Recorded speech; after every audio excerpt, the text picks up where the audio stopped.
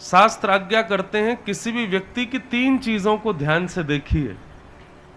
नेत्रम, वक्त्रम, विकारेण। सबसे पहले तो उसकी आंखें देखो। किसी भी व्यक्ति से मिलो, यदि नेत्रों में बहुत ज्यादा चंचलता है, बार बार इधर उधर मटकते हैं, बार बार ऊपर नीचे होते हैं, तो निश्चित इस व्यक्ति के अंदर कुछ विकार हैं, इसीलिए इसके नेत्र स्थिर नहीं है। नेत्रम।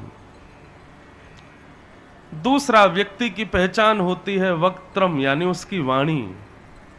बोलते समय जिन शब्दों का प्रयोग करता है उससे पता चलता है परवरिश कैसी है, परिवार कैसा है, माहौल कैसे में रहता है। ये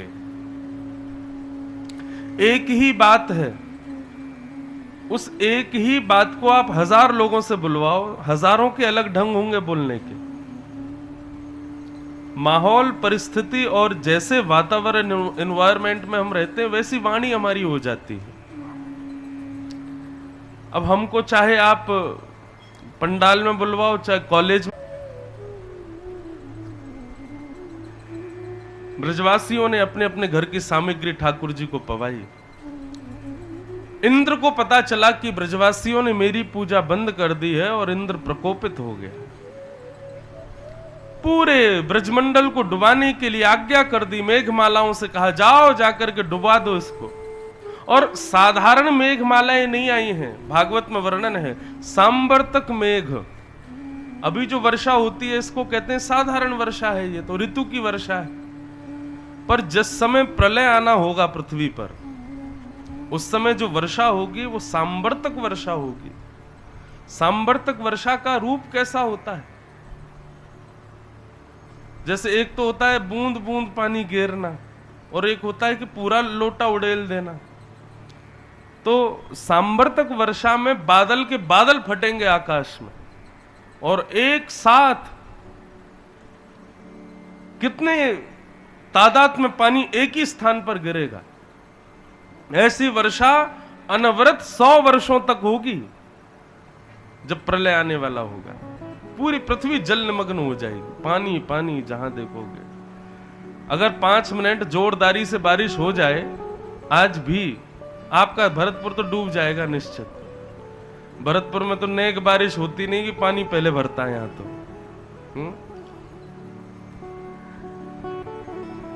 अगर जोरदारी से 15-20 मिनट बारिश हो जाए तो निश्चित है कमर कमर तक पानी आ जाएगा। सांबर्तक वर्षा का तो आप विचार भी नहीं कर सकते कैसी होगी वो। उस वर्षा को भेजा इंद्र ने, जाओ जाकर के पूरी ब्रजमंडल को डुबो दो। और जैसे ही वर्षा होनी प्रारंभ हुई, त्राहिमाम करते हुए सब ब्रजवासी दौड़ने लगे। ब्रजवासियों की हाहाकार देख करके भगवान बोले ये इंद्र ने क्या कर दिया भैया। तभी ठाकुर जी ने गिरिराज जी को प्रणाम किया। हे गोवर्धन नाथ, हम सब ब्रजवासियों को आपकी शरण में लाए हैं, कृपा करो। और ठाकुर जी ने दोनों भुजाओं से एक तरफ से गिरिराज जी को अधर किया, नीचे दोनों भुजाओं से उठा करके भीतर प्रवेश किया, और बिल्कुल मध्य में जाकर के अपने बाम हस्त की कन्नी उंगली पर 7 कोस लंबे चौड़े गिरिराज पर्वत को धारण कर लिया। बोलो गिरवरधारी गोपाल की जय। नख पे धार लियो गिरिराज नाम गिरधारी।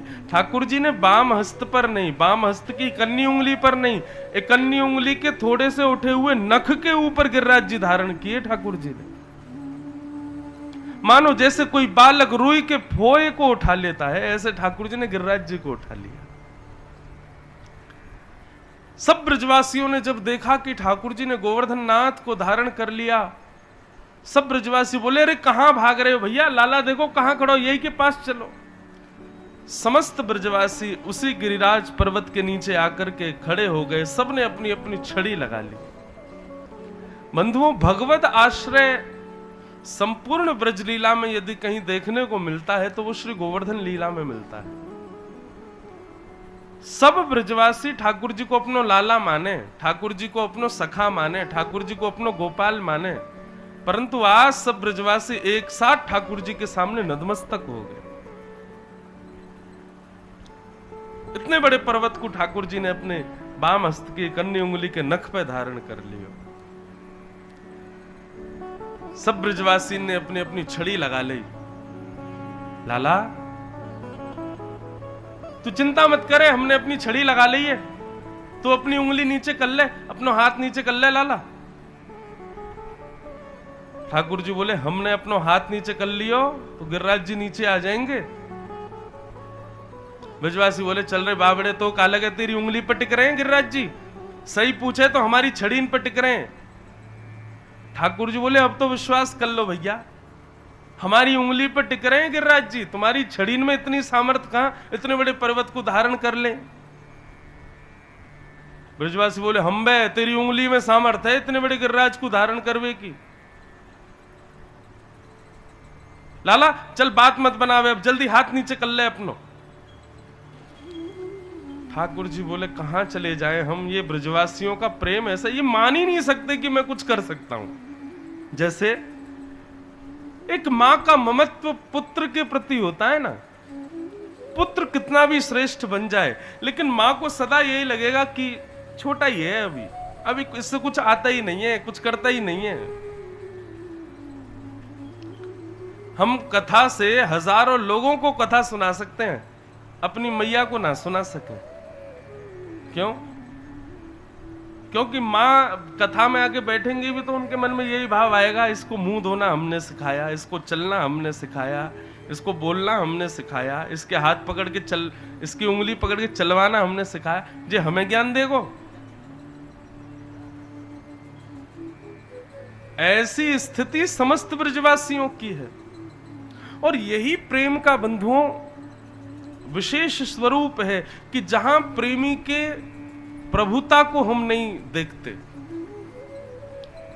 मैंने बार बार अपनी कथा में कहा भरतपुर की कथा प्रेम परख हो रही है। प्रेमी के यदि आप योग्यता उसकी प्रभुता से रीझ रहे हो तो वो प्रेम नहीं है, वो स्वार्थ है।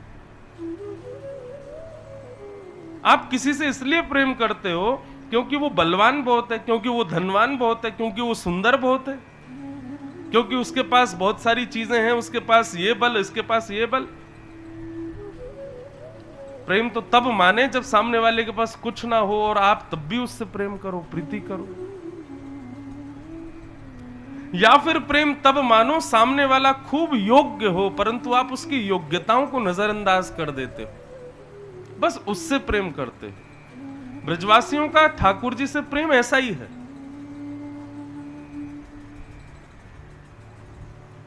ब्रजवासी स्वीकार नहीं करते भगवान की प्रभुता को। भगवान बोले तो फिर ठीक है, हम अपनी उंगली हटा रहे हैं, भैया काय को हम श्रम करें जब तुम्हारी छड़ी पे ही टिक रहे हैं तो। ब्रजवासी बोले हाँ हाँ हटा ले, ज्यादा नाटक मत करे, यूं कर खड़े हो गए। ठाकुर जी बोले ठीक है संभालो। जैसे ही ठाकुर जी ने अपनी उंगली नेक नीचे करी, हल्की करी, नेक ढीली करी, बस इतने में तो महाराज गिरिराज जी को छोटे मोटे पत्थर थोड़े ही हैं। आज भी गिरिराज जी के 100 शिखरों में से 3 शिखर दिखते हैं बस। जब ठाकुर जी ने गिरिराज जी उठाए थे उस समय तो 100 शिखर थे गिरिराज जी में। गिरिराज जी रोज एक तिल भीतर प्रवेश कर रहे हैं ना पृथ्वी में। तो जब ठाकुर जी ने गिरिराज जी उठाए थे तब गिरिराज जी 21 किलोमीटर लंबे, 21 किलोमीटर चौड़े और 21 किलोमीटर ऊंचे, इतने बड़े थे गिरिराज जी। कहते हैं कि देवता गिरिराज जी के शिखरों पर आकर के बैठते थे, स्वर्ग के समीप ही थे शिखर, इतनी ऊंचे गिरिराज जी। वो साधारण है, गिरिराज जी में झरने बहते थे, गिरिराज जी में कंदराएं गुफाएं थी। ठाकुर जी अपनी गैया चराने गिरिराज जी पे ही जाते। गिरिराज जी का वर्णन गर्ग संहिता में पढ़ो कभी। जैसे ही ठाकुर जी ने अपनी उंगली ने एक ढीढ़ी करी, महाराज पूरा गिरिराज पर्वत डामाडोल हो गया।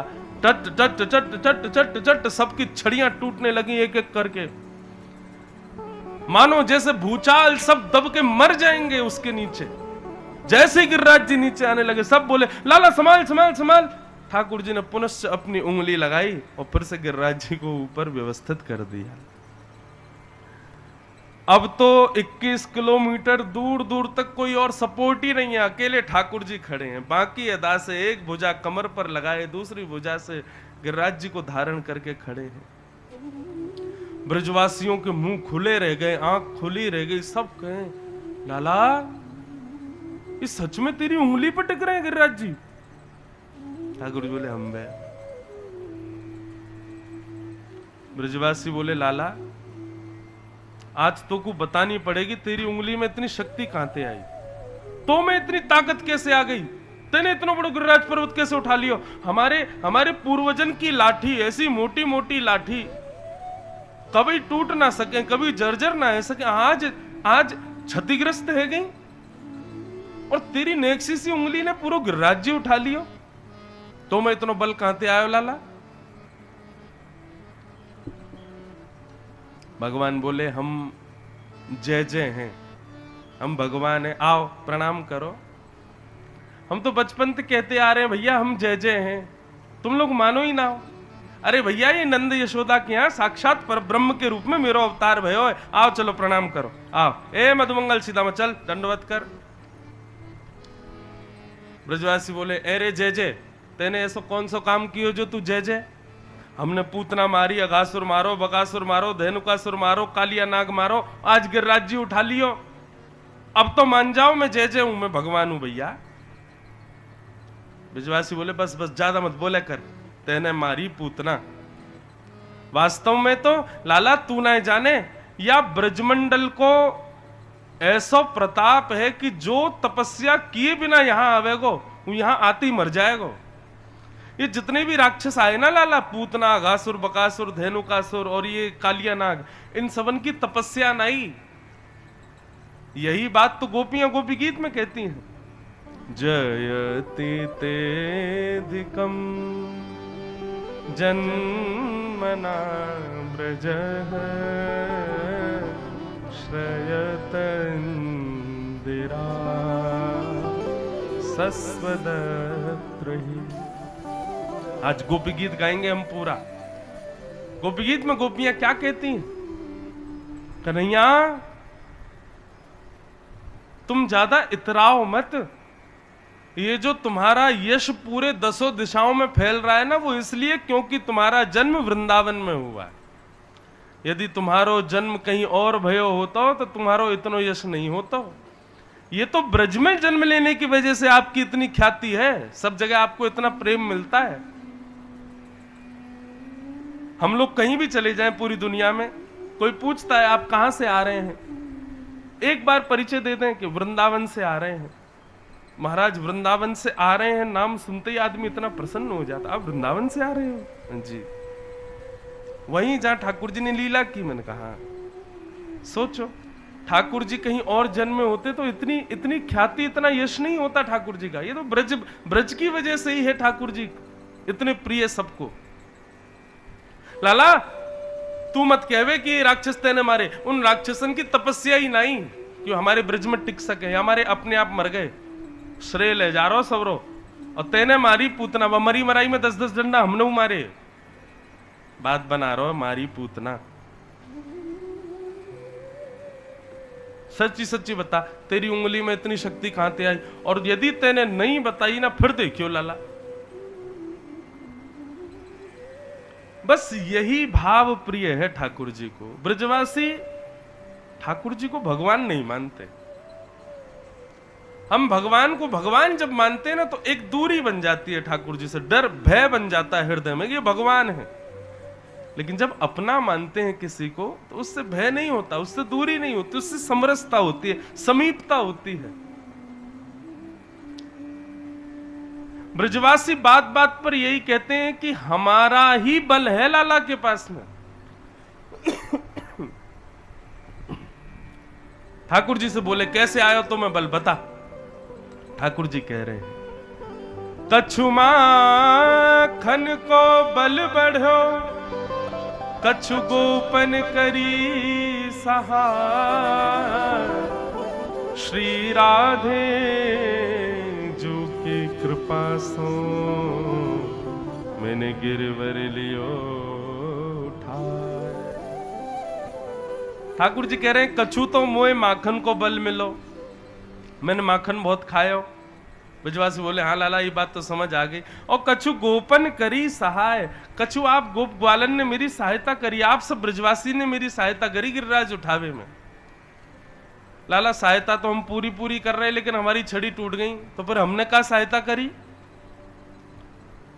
ठाकुर जी बोले देखो गिरिराज बाबा की मुंह पे बड़ी कृपा है, हमारे गिरिराज जी नेक देर को तो हल्के है गए, तो मैंने नेक अधर तो कर लिए, लेकिन ये उठावे में जो मेरी उंगली में शक्ति आई है ना, ये जैसे ही मैंने गिरिराज जी उठाए तो आप सब टकटकी लगा के मेरी उंगली को देखने लगे, तो आप सब ब्रजवासीन की शक्ति नेत्रन से निकल के मेरी उंगली में आ गई और मैंने गिरिराज जी उठा लिए। आप सब ब्रजवासीन की शक्ति ही मेरी उंगली में आ गई है, आप सबन की शक्ति से मैंने गिरिराज जी उठाए हैं। ब्रजवासी बोले तभी तो हम कह रहे हैं हमारी आजकल शक्ति कहां चली गई है, आजकल कमजोरी क्यों आ गई है हम में। भैया दूध खूब पी रहे हैं, छाछ पी रहे हैं, मट्ठा पी रहे हैं, दही खा रहे हैं, घी खा रहे हैं, लेकिन बल बिल्कुल ऐसा है रो निकल गए हो सब रो। अब तो चली हमारो बल कहां जा रहा है, सबरो नंद के लाला के पास जा रहा है। ओ भैया सबरे ब्रजवासियों ने ध्यान से सुनो, बोले कहा जब तक गिरिराज पर्वत धारण करेगो लाला, सबरे अपलक नेत्रन से खूब घी खाओ, खूब मक्खन खाओ और लाला को निहारो। क्यों? हम खामेंगे बल बढ़ेगो हमारे लाला को। ठाकुर जी मन ही मन मुस्कुरा रहे, बोले कि जय हो इन ब्रजवासियों की, अभी भी इनको ये भरोसा नहीं है कि ये लाला की शक्ति है, सब जो सोच रहे हमारी शक्ति तो उठाए। और लगे महाराज ब्रजवासी सब घी खाने, 56 भोग तो बन के आए ही थे, सब 56 भोग खाने लगे। क्यों? बोले हम में बल आवेगा तो हमारे लाला को बल और बढ़ेगा। और श्री राधे जू की कृपा सो मैंने गिरवर लियो उठाए, श्री राधा रानी की कृपा से मैंने गिरिराज जी धारण कर लिए। राधा रानी ने कहा कृपा करी। बंधुओं आप श्रीनाथ जी के कभी दर्शन करो, हमारे लाल जी कल पधारे, मैं लाल जी के नेत्र कैसे नीचे रहते हैं हमेशा। श्रीनाथ जी के नेत्र नीचे क्यों रहते हैं? ये गोवर्धन धारण स्वरूप है ठाकुर जी का, एक भुजा ऊपर दूसरी भुजा कमर पे और ऐसे नीचे निहार रहे हैं। क्यों? बोले शिला के ऊपर ठाकुर जी खड़े हैं, भुजा में गिरिराज जी धारण कर रखे हैं, सारे ब्रजवासी चारों ओर से घेर करके खड़े हैं और ठाकुर जी के बिल्कुल समीप, बिल्कुल सामने जिस शिला पर ठाकुर जी खड़े हैं उसके ठीक सामने किशोरी जी खड़ी हैं। इसलिए श्रीनाथ जी के नेत्र सदा नीचे रहते हैं। क्यों? 7 दिन तक ठाकुर जी अपलक नेत्रों से किशोरी जी को निहार रहे हैं, सामने श्री जी खड़ी हैं, उनको देखते हुए गिरिराज पर्वत धारण कर रहे हैं। गिरिराज लीला के बड़े रूप है। एक संत तो अपनी कथा में सुना रहे थे, बोले भैया इंद्र तो 1-2 घंटे तक ही बारिश करने वाला था, ये 7 दिन 7 रात्रि पर्यंत अनवरत बिना रुके टुके बारिश होती रही। क्यों? क्या इंद्र को चंद घंटों में समझ नहीं आ गया था कि भाई ये गिरिराज जी धारण कर लिए, साधारण बालक नहीं है? इंद्र को तो आ गया था समझ में। तो फिर 7 दिन 7 रात्रि तक क्यों वर्षा हुई? बोले ठाकुर जी ने मन में विचार किया कि भैया वैसे तो लीला में कभी किशोरी जी को आधो मुख दिखाई दे, कभी नेत्र दिखाई दें, कभी कान दिखाई दें, कभी हाथ दिखाई दे, क्यों? सखीन के संग रहे, कभी कहीं जा रही हैं, कभी कहीं जा रही हैं, टिक करके किशोरी जी के दर्शन ही ना हो मैं। लेकिन आज बढ़िया मौका मिलो है, चारों तरफ से सब ब्रजवासी ने घेर रखो है, लाखों ब्रजवासी खड़े हैं, कोई भी हिलडुल भी नहीं पा रहा है और बिल्कुल सामने श्री जी खड़ी हैं, किशोरी जी खड़ी हैं। तो आज ठाकुर जी बोले ये बढ़िया समय है, किशोरी जी सामने खड़ी हैं, खूब इनकी रूप सुधा के रस को पान करेंगे, अनवरत अपलक नेत्रों से श्री जी को दर्शन करेंगे। 1-2 घंटा में वर्षा ने एक धीमी सी भई तो ठाकुर जी ने इशारा कर दिया, बोले हे इंद्र जब तक हमारा मन नहीं भर जाए तब तक वर्षा करते ही रहे। आज तो श्री जी देखने को मिली हैं, अब तो श्री जी को निहारेंगे, अनवरत देखते रहेंगे। तो बोले फिर कहा 7 दिन ही देखो बस, ठाकुर जी ने 7 दिन में भर गई, इच्छा पूरी है गई ठाकुर जी की? बोले इच्छा पूरी ना भाई, ठाकुर जी तो अनवरत श्री जी को ही देख रहे, इंद्र के भंडार खत्म है गए जल के। इंद्र ने संकेत पहुंचाया, बोले ठाकुर जी मुंह पे जल वल कछु बचो ना, 7 दिन में सबरो भेगो। तब 7 दिन बाद वर्षा बंद भई। नहीं तो ठाकुर जी तो महाराज श्री जी को देखवे में ऐसे व्यस्त भये कि अनवरत अनादि काल तक इंद्र वर्षा करते रहते और ठाकुर जी यूं ही खड़े रहते श्री जी को देखवे के। श्री राधा मुख चंद्र चकोर, जय जय देव हरे।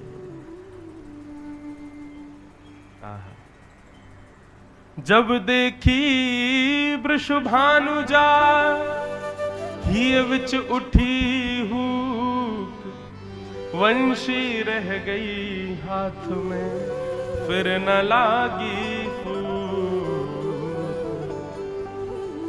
ठाकुर जी खूब उमड़ घुमड़ के वंशी बजावे महाराज, लेकिन जैसे ही किशोरी जी सामने आ जाएं, ठाकुर जी खूब फूंक मारे, वंशी बजे ही ना है। फिर ऐसी सुंदर है हमारी श्यामा जी। इसीलिए बंधुओं, वृंदावन में किशोरी जी घूंघट करके बैठी हैं। बिहारी जी चले जाओ, किशोरी जी घूंघट करके बैठी, राधा वल्लभ जी घूंघट करके बैठी, राधा रमण जी में भी घूंघट करके बैठी हैं। क्यों? हमारे वृंदावन में श्री जी ने घूंघट क्यों कर रखो है? यही मारे कि बोले ये जो लाल जी ऐसे खड़े हैं ना, यदि किशोरी जी घूंघट ऊपर कर लेंगे तो ऐसे खड़े रहेंगे, फिर उन्हीं को ही देखेंगे। आप लोग फिर बिहारी जी जाओगे, ठाकुर जी को केवल इतना ही अंग देखोगे, क्योंकि वो तो श्री जी को देखवे के चकोर है। या हमारे वैष्णवन को दर्शन ठाकुर जी कह सकें, ठाकुर जी को वैष्णव देख सकें, हम वैष्णवन पर कृपा करवे के काजी श्री जी घूंघट करके बैठी है कि नहीं सीधे सीधे खड़े रहो, सब वैष्णवन को दर्शन दो। कहीं श्री जी ने यदि घूंघट ऊपर कर लियो तो ठाकुर जी यूं नहीं यूं ही खड़े मिलेंगे हर मंदिर में।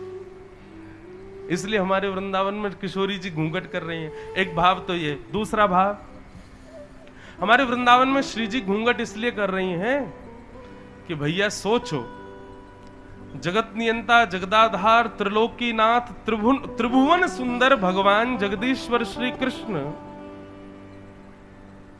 उनको रूप इतना सुंदर कि लाखों करोड़ों लोग वृंदावन में आकर के ठाकुर जी को अपने नेत्रन में बसामें। वे जिन श्री जी के रूप पर सदा मोहित रहे में, यदि उन श्री जी ने अपनो घूंघट ऊपर कर लियो तो ठाकुर जी को देख करके तो हमारी स्थिति ऐसी है कि वृंदावन छोड़ ना पा रहे। यदि श्री जी को देख लेंगे तो क्या होगा? श्री जी को देख लेंगे तो फिर कोई और को देखने लायक बचेंगे ही नहीं, प्राण ही निकल जाएंगे हमारे। या हमारे प्राणन की रक्षा के काजे श्री जी घूंघट में विराजमान है। किशोरी जी के सौंदर्य को देखवे की सामर्थ्य दो नेत्रन में नहीं है, और इस जीव में तो बिल्कुल नहीं है। इसलिए हमारी श्यामा जो घूंघट करके विराज रही है। अब समझ में आई असली बल क्या है? गोवर्धन धारण करने का असली बल तो श्री जी का दर्शन है। इसलिए हमारे ठाकुर जी श्रीनाथ बुलाते हैं उनको, श्रीनाथ जी। श्री माने राधा, और राधा के नाथ जो हैं वो श्रीनाथ। या दूसरा अर्थ लगाओ तो श्रीनाथ यानी राधा जिनकी नाथ हैं, जिनकी स्वामिनी है, वो श्रीनाथ। बोलो गोवर्धन नाथ की जय, श्रीनाथ प्यारे की जय। हमारे ब्रज में गामे, हमारे माई श्यामा जो को राज, हमारे माई श्यामा जो को राज। गाओ सब लोग। देखो आप सब लोग भरतपुर में विराजते हो, इसका मतलब ये थोड़ी है ब्रज से अलग हो। कल बता रहे ना, गोवर्धन जी की परछाई विश्राम घाट तक जाती तो निश्चित है भरतपुर में भी आती होगी। और जहां तक गिरिराज जी की परछाई मतलब वो सब ब्रज ही है, और ये तो ब्रज ही है भैया। यहाँ तो हमें लगे ही ना है हम ब्रज से बाहर हैं। सब लोग बिहारी जी के दर्शन करने जाओ, ये पद सुना के आई हो।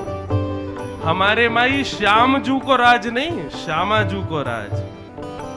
हमारे माई श्यामा जू को राज, हमारे माई श्यामा जू को। कैसी श्यामा जू?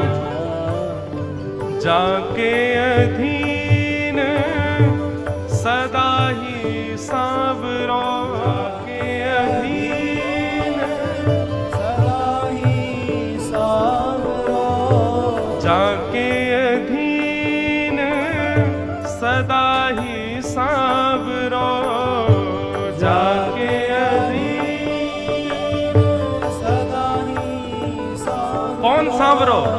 या ब्रज को सिर ताज हो, या ब्रज को सिर ताज। हाँ, या ब्रज को सिर ताज हो, या ब्रज को सिर ताज। हमारे माई श्यामा जू को राज, हमारे माई श्यामा जो को हाँ, हमारे माई श्यामा जू को राज। श्यामा जो को। ठाकुर जी तो बड़े चंचल हैं भैया हमारे, एक जगह टिके ही ना है। लेकिन आप देखो भरतपुर में बिहारी जी टिक के बैठे हैं, वृंदावन में राधा रमन लाल टिक के बैठे, राधा वल्लभ लाल टिक के बैठे हैं, ये गोविंद देव जी जयपुर में टिक के बैठे। कैसे? श्यामाजू की वजह से, किशोरी जी की आज्ञा नहीं है इसलिए टिक के बैठे हैं। और मैं आपको इसको एक रहस्य और बताऊं। आज बिहारी जी दर्शन करवे जाइयो तो बंधु ये जो श्याम सुंदर है ना, ये अकेले गोपाल जी थोड़े ही हैं। इनमें जो वाम अंग है ना, इधर से इधर को अंग नीचे तक, ये किशोरी जी हैं। और यहां से यहां तक को जो दाहिनो अंग है, ये श्याम सुंदर है। ये त्रिभंग लली जो स्वरूप है, ये हमें दिखाई दे कि श्याम सुंदर है अकेले, लेकिन ये आधो अंग श्री जी को है और आधो अंग श्याम सुंदर को है। तब त्रिभंग लली विराजमान होकर के खड़े हुए हैं। या हमारे वृंदावन में श्याम सुंदर ही दिखाई दे, श्री जी है ही नहीं। क्यों? क्योंकि श्री जी वही अंग के वाम अंग में विराजमान है। देखवे के काजे कोई गुरु आज्ञा करे तब दिखाई दे। इसलिए ठाकुर जी के श्रृंगार में भी मुकुट इधर ही धारण होगा, चंद्रिका इधर धारण होगी, चोटी इधर धारण होगी। ठाकुर जी को लहंगा आदि भी सब पहनाए जाते हैं। क्यों पहनाते हैं? वो तो पुरुष है, इसलिए क्योंकि वाम अंग जो है वो श्री जी का है, किशोरी जी का है। रास विहार करते करते श्याम सुंदर और किशोरी जी दोनों समीप आए तो आधा किशोरी जी का अंग ठाकुर जी में विलीन हो गया और ठाकुर जी का आधा अंग किशोरी जी में, तभी त्रिभंग लली स्वरूप प्रकट हुआ। इसलिए उनको एक नहीं दो ही रूप हैं, इस भाव से दर्शन करो। हमारे माई श्यामा जू को राज, हमारे माई श्यामा जो को राज। यह जोड़ी अभी चल वृंदावन, यह जोड़ी अभी चल वृंदावन। यह जोड़ी अभी चल वृंदावन, यह जोड़ी अभी चल वृंदावन। नाही आन सो काज हो, नाही आन सो काज हो, नाही आन सो काज। नाही आन सो काज। हमारे माई श्यामा जू को राज, हमारे माई श्यामा जो को राज। हमारे माई श्यामा जू को राज, हमारे माई श्यामा जो को राज। हो श्री विठ्ठल विपुल बिहारिन के बल,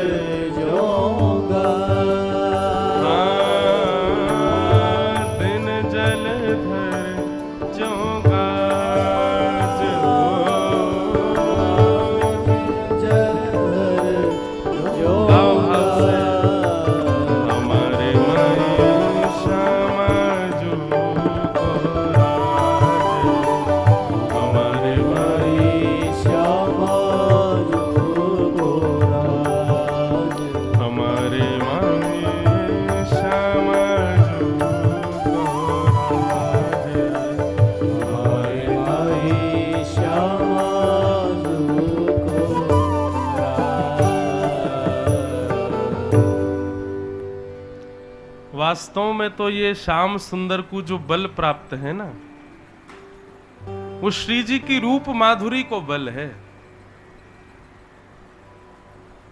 या हमारे ब्रज के रसिक जनन को ये बड़ो प्रिय पद है, हमारे माई श्यामाजू को राज। कैसी श्यामाजू? बोले जाके अधीन सदा ही सांवरो, या ब्रज को सरताज, हमारे माई श्यामाजू को राज। तो श्री किशोरी जी की कृपा से गिरिराज जी धारण किए हमारे श्याम सुंदर ने। और 7 दिन 7 रात्रि जब बीत गए, इंद्र को जब अपने मान का मर्दन हुआ, इंद्र ने आकर के क्षमा याचना की और भगवान ने गिरिराज जी को पुनः व्यवस्थित कर दिया। सब ब्रजवासियों ने बड़े महाराज जय जयकार किए, ठाकुर जी कंधा में लेके सब नाचन लगे, बोले हमारे लाला ने सबन के प्राण की रक्षा करी। इंद्र ने आकर के एकांत में भगवान की स्तुति गाई, बोले भगवान मुझे क्षमा कर दो, मैं आपके रूप को पहचान नहीं पाया। भगवान बोले नहीं नहीं, तुमने बहुत अच्छा काम किया।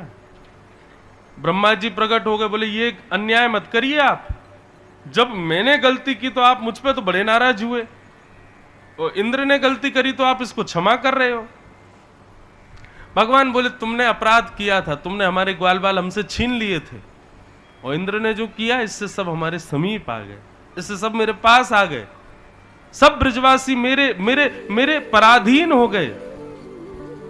इसलिए इंद्र की क्रिया मुझे बुरी नहीं लगी, मुझे तो और आनंद आया कि जो जो ब्रजवासी दूर दूर थे वो भी सब समीप आ गए मेरे।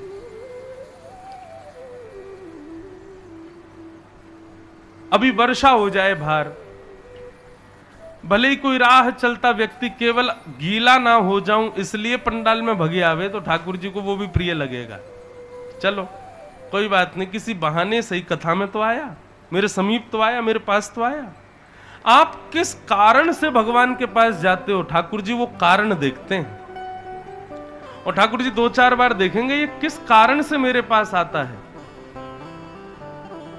यदि कहीं ठाकुर जी को कारण पसंद आ गया तो बार बार फिर वही कारण बनाएंगे ताकि आप उनके समीप जाओ।